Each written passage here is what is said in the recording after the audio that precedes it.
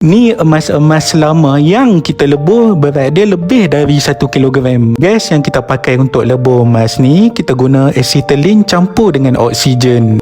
Nampak tak design-design dia pun hilang, dah mula cair dijilat api. Now kita tuang Ajinomoto nak bagi rasa dia lebih sedap. By the way, sebut putih ni ialah borax. Kita nak elakkan emas-emas yang cair ni melekat dalam mangkuk lebur. Sebelum kita nak tuang, panaskan dulu acuan. Kita nak pastikan tak ada sebarang air ataupun lembapan. Kalau tak, dia meletup. Kalau tak panaskan juga, kita risau acuan ni retak, berlaku kejutan haba. Bila tuang, gerakkan kedua-dua belah tangan sambil tolak emas-emas ni dengan api. Kena relax tau waktu tuang, jangan kalut-kalut. Proses lebur emas ni memang panas, julat suhu sekitar 1064 darjah Celsius. Bayangkan mak-mak dekat luar sana bila buat kek happy birthday pun dah panas. Nampak tak warna hitam tu? Itulah kesan borax yang kita guna tadi. Kalau hitam macam tu, jangan risau, kita boleh cuci. Basically, bila masih lagi nampak warna emas, maknanya grade emas ni lagi tinggi dari emas 916. Jangan pegang terus dengan tangan tau, kita kena sejukkan dulu dengan air. Kenapa tiba-tiba keluar asap? Kita nampak haba yang terpendam dah keluar. Yang ni kita panggil sebagai latent heat. Bila kena air memang cepat sejuk. Emas ni pengalih haba yang baik. Now dah sejuk, kita tuang pula asid untuk cuci jongkong emas ni. Asid apa yang kita pakai ni? Kita pakai asid mozaik yang orang duk guna cuci lantai. Lepas kita rendam 5 minit, borax yang hitam ni pun dah kembang. Kita gentil-gentil terus dengan berus dawai. Hati-hati tau, kalau asid ni kena tangan, lama-lama tangan kita jadi gatal. Tak susah kan? Nampak terus warna dia berkilat. Next, bilas dengan air, kemudian kita lap dengan kain microfiber. Kain ni dia serak lembapan air 7 kali ganda. So inilah rupa barang-barang kemas yang orang jual selepas kita lebur. Sekarang ni musim ramai orang nak pergi haji,